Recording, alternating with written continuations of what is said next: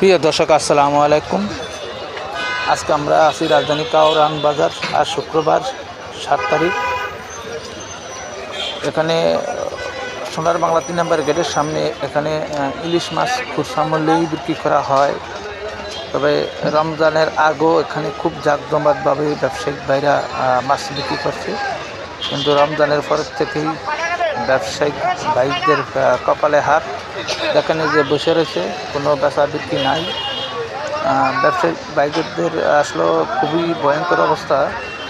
দেখেন যে মামুন ভাই বসে রয়েছে, কোনো বেচা বিক্রি নাই। আজকে এ পর্যন্তই। ধন্যবাদ। রাজধানী কাউরান বাজার সোনার বাংলা 3 নম্বর গেট থেকে।